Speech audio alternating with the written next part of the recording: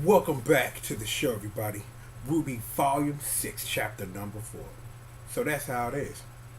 Well, yeah, you're damn straight that's how it is. Because, you know what? This ain't even going to be a review. You know what, Internet? Let's play a game. You want to play a game? Because it's been a while since we played a game. Let's play a game. It's called Justification. Justification is where you lay out some things and wonder, is that person justified for what they've done?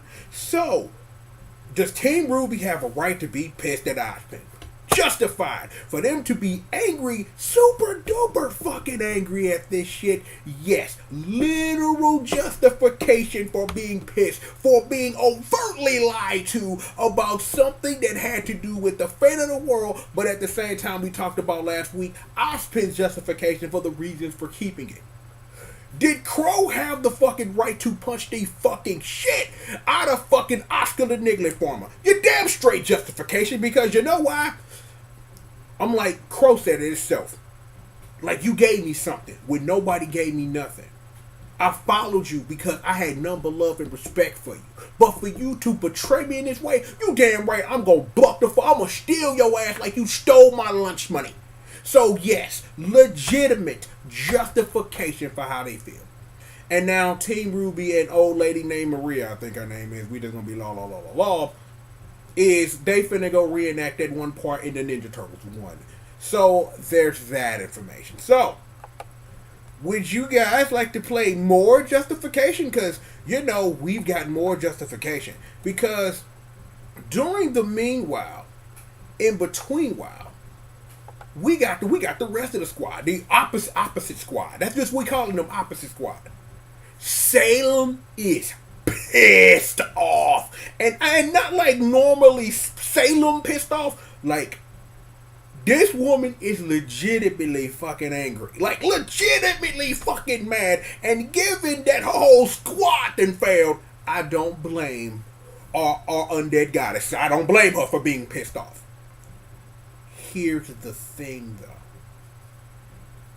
In that whole scene, in that whole scene when she talking to the squadron and shit, the whole scene, knowing where she came from, made everything that happened in that scene that much more powerful. Because see, now Salem ain't pissed to just be pissed. She's pissed because she's emotionally invested and involved and enslaving the human race. Doesn't really change that it's really fucked up that you want to enslave the human race. But now we know that even for someone who isn't as human as it gets, that there's some human element there. And definitely at the end, but we'll talk about that. So, if we want to sit up here and play more justification, we can. When it comes to Emerald, and this is the most important part, is that all of this majorly kicked off because of how much she cares about the person who gave her something, and that being Cinder, who also, that our Queen of Me known, is super alive and decided to and talk to these spider people, which is going to come back and bite Cinder, because, you know what I'm saying, when you do things in declaration. But we talked about that when Cinder did that. Is that Salem let the squadron have it. Do you hear me? Salem let the squadron have it. And it's like, and it wasn't like one of those things where, you know, it's, you know, like I'm just angry because I'm the bad guy. No, I'm angry and pissed off because you legitimately failed me and I am unfucking satisfied.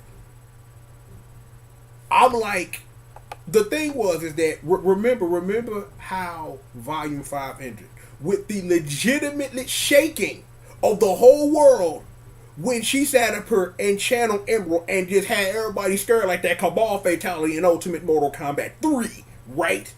So even giving all of this, is Salem justified for being pissed that her whole squadron let her down?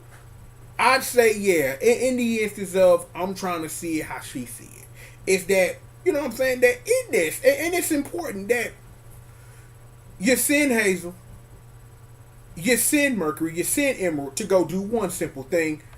Go over there to Leo Lionheart house, Go get the thing and come back home. It ain't that hard. Mama send you up the street to go get it. Go get some sugar from the neighbor. All you gotta do is get the sugar, bring the shit back. You can't even do that. You got Hazel sitting up here like, man, hey, yo, Fondness is rolled up, cuz I'm sorry, mama. No! And I'm just like, but the thing is that I will say this though. What I appreciate about Hazel stood up, like legit. Like he stood up in the face of a lady who was legitimately fucking scary and said, yo, I'll hold that. My thing was, it wasn't Hazel's fault. It's like, because if we really want to run back double axe handle to the backgammon, because Adam forever is going to have to hold that motherfucking L, you call him L. I'm not going to sing the L song here today because this is justification. We can't sing the L song. We can if I want to, but I might sing the L. Look, okay? Let's think about double axe handle to the backgammon, right? Let's think about this. Could the squadron have known that Blake was gonna get everybody, like nationwide, was on her side and roll the whole continent of Fondness in the hood and be like, "Sup, cuz?" And it's like, you couldn't have saw that coming, because again, you got Leo Lionheart sitting up here snitching. You know what I'm saying? Stop snitching, stop lying. Shout out to the game. Stop snitching, stop lying. Sitting up here telling Salem to every move while he's sitting up here regretting it, which is why he called a massive L and a deserved massive L, because yo, when you go against your own, when you go against what it is that you believe, yo, live by the sword, you die by the sword. Indeed, so it's like if you live in deceit, you gonna die that same way. So it's like it is what it is. No remorse. The thing is that could you have really legitimately could you really have a whole squadron of Fondness roll up all of a sudden when y'all got the upper hand with Adam sitting up here thinking that, yo, I'm like, can't nothing go wrong. You got double axe handle to the back. The majority of your squadron betrayed you to follow their true leader, and then on top of that, your lesbian lizard betrayed you, but understand it's okay to be a lesbian, you just can't have Blake, and all the other crazy things that happened in that. Is that something that Hazel could have predicted? The answer is no.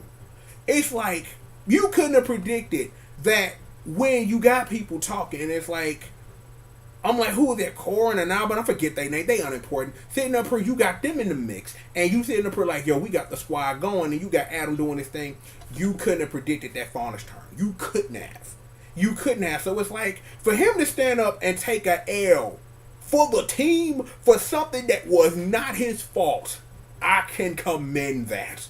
That for taking an L for something not his fault, I can commend that, because in tactics, even if you plan down to the letter, sometimes shit will go wrong, and then that shit just went wrong. So, if you legitimately sit up here and you look at like what the score is, right? So if we still in justification, let's take a look at what the score is. Team Ruby is pissed off. Uncle Crow is lost. Oscar the Niglet farmer is still farming Niglets while having a man in his head whose responsibility is to make the world worthy enough so gods don't come back and kill it. Meanwhile, on the other side, you have a woman who cannot die, who is like light in darkness or some crazy shit, who is overtly pissed that the one man that she's always loved is trying to kill her, and is pissed anytime she hears his name. You got Tyrion acting a fucking fool, sitting up here like, where's Cinder, blah, blah, blah. And you got Hazel, Mercury, and Emerald sitting up here like, man, if you don't set your Scorpion mode Mortal Kombat ass up, I'll beat the shot of you, and doing all this shit. And then you got Arthur just standing there like, man, I ain't trying to question you, OG mama, but this is kind of fucked up. And Salem just mad. So, literally, ladies and gentlemen, what is the score here? Like, everybody is catching fucking L's. That's the score. L's, catching L's. Everybody called them an L. But how you catch an L from a flashback? But everybody in D-League called an L. Like, how you catching L's from flashbacks? How a L from a flashback make you catch an L in current time? Well, it's not exactly like that, but just for comedy, that's how we're just putting that together here. Everybody in this show is catching fucking L's. These motherfuckers right here. That's an L. everybody caught them in there. It's like the whole game is shattered right now. The whole game is shattered because now, what in the hell do these characters do? It's like, yeah, we got Team Ruby and them fitting to sit up here and reenact Ninja Turtles 1 while they sit in an abandoned farmhouse and lick their wounds and try to sit up here like on Dylan Farnham on Doug Funny. Like, come on, nigga, let's talk about it. I don't know if that's honestly really going to help, seeing that Ozpin has retreated deeply far in Oscar the Niglet Farmer's brain. That's not going to work. Salem's still in love, but can't have who she loves because she wants to conquer the earth. So she shatters a whole bunch of windows. In this in reverse, Emerald is still legit shook. And misses her bestie. And Mrs. Her bestie who's sitting up here wandering around talking to scorpions and spiders and shit. It's like Hazel took an L for something that wasn't his fault and Mercury just standing there. Arthur just trying to talk down Salem. That's a bad idea. And Scorpion from the Scorpion King Mortal Kombat just being an asshole. And it's just like, everybody just shut the fuck up. I'm just like, who knew that one episode of a flashback could sit up here and put 10 minutes of just people just being very, very aggressive and angry into the mystical and magical context of context? You can write this shit. Oh wait, someone does write this shit and they do a very good job of telling a story. So how about that? Am I forgetting anything? I don't think I am. It's going to be really interesting for real to see how what I like to call the Ninja Turtles 1 gambit really works out for Team Ruby, Uncle Crow, Maria What's-Her-Face, and Oscar the Niglet Foreman and Ozpin who's hiding his head so that they sit up here and be on Dylan Farnham on Doug shit and talk about it. Salem not going to talk about it. She just gonna be a jaded lover who wanted to bring her boo back and just gonna be fucking angry forever until she enslaves or murders everyone. The rest of the squadron just sitting up here like, man, this bitch crazy as fuck. But even then, I'm gonna say this live. In making points, Salem said something very important that really sits up her and sets her as a character. And this is very important, especially for Emerald, who we're not really sure because if you want to really talk about this cinder elephant in the room, we can. I'm like, all feelings don't have to be romantic, but you have to wonder: does Emerald love Cinder in a romantic way? Because there's being pissed off because your ace boomed and got fucked up. And then there's how Emerald has been acting. You could, if you want to get into Ship Game Parker, why did I move my camera? If you want to get into Ship Game proper with that, I don't know if you can, but I'm like, you don't see Mercury running around acting like this. He keeping a cool head. Even given that Tyrion was all in his face and like, dude, I will put my boot so far up your ass that your breath will smell like Foot Locker water repellent. Shout out to Luda. I gotta give it up for them. But again, Cinder elephant in the room. Are Emerald's feelings about Cinder have some romantic under or overtones? I'm not talking about this because let's talk about lesbians. No, we're talking about this because it's a legitimate question. Because there's one thing to feel the way that Emerald does, but then there's another way that your actions portray what you're really feeling. Now, the show does have a lot of LBGT things. You know what I'm saying? Especially with Ilya last season about her romantic feelings about Blake and Blake being like, no, I'm going to have both Sun and I'm going to have both Yang and it's going to be this three-way ship and this is going to be what it'll be because see, I double axe handle niggas and in their regimes because I'm Blake Belladonna, bitch. So there's that.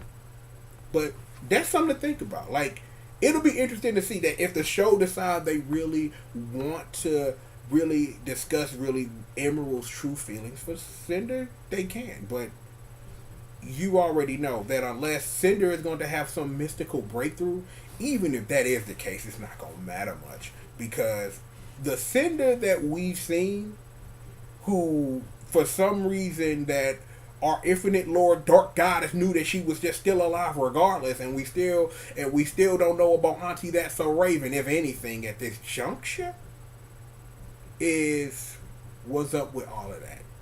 And we got the rest of this volume and all of its chapters to explore and figure that out. So, just to review, we got the Ninja Turtle Gambit. We got the I tried to bring my boyfriend back to life, but now he wants to kill me Gambit. And I think I'm in love with my best friend, but I don't know if she's going to reciprocate my romantic feelings, possibly if this is really a ship gang thing. There's this Scorpion dude who's really fucking psychopathic, and somebody who took an L just for trying to make sure no one else takes an L, which is I do commend. But everybody in the show catching fucking L's. Just you catching L's, L adjacent, just being around. I'm like, Arthur took an L because he was in the room. Like, Cinder sat up here and did what I like to call reverberating an L. Like, if on this channel there is this video that me and Jay recently made about, because we watched Dynasty, about the greatest deadbeat of all time, L. Australian Anders, and about how he reverberated a massive L, so everyone in the room is so bad that an unborn baby took a fucking L. That's what happened in that room. Sailor was like, I took an L, so fuck everything you on, y'all taking an L too, and they all took L's. Salem just washed the L off and just reverberated the L so everyone else took an L. L's got taken. Regardless of that. We've got more show for you. Yo, Ruby, Volume 6, Chapter number 4. So that's how it is. And you're damn right it was. Justification for sitting up here just... That's what Uncle Crow did to just, with the wow, like, with the work. I was like, damn. That's fucked up. I'm like, that was some Debo shit. That is the new anime Debo. Just hit him with one of those. I was like, ooh, nigga, that's my belly part. God damn. No. You got knocked the fuck out. I did that. That happened. Regardless. We've got more show for you. Sit back, relax, stay tuned. You know I am, the one and triple G.O.D, a.k.a. Yo Uncle Triple, live on Team GRF TV. And you know me and the squadron, we got more show for you. And we, of course, got that how and when, of course, after these commercial messages. I really worked hard on that Ninja Turtle Gambit joke. Because I made it in the middle of watching, like, yo, they doing finna do the Ninja Turtles 1 shit. Like, they gonna heal and they gonna talk about their feelings. I'm like, that Maria chick, she Master Splinter, nigga. Shout out to Sherane, yo, what my boy Kendrick. Like, yo, more show after these commercial messages.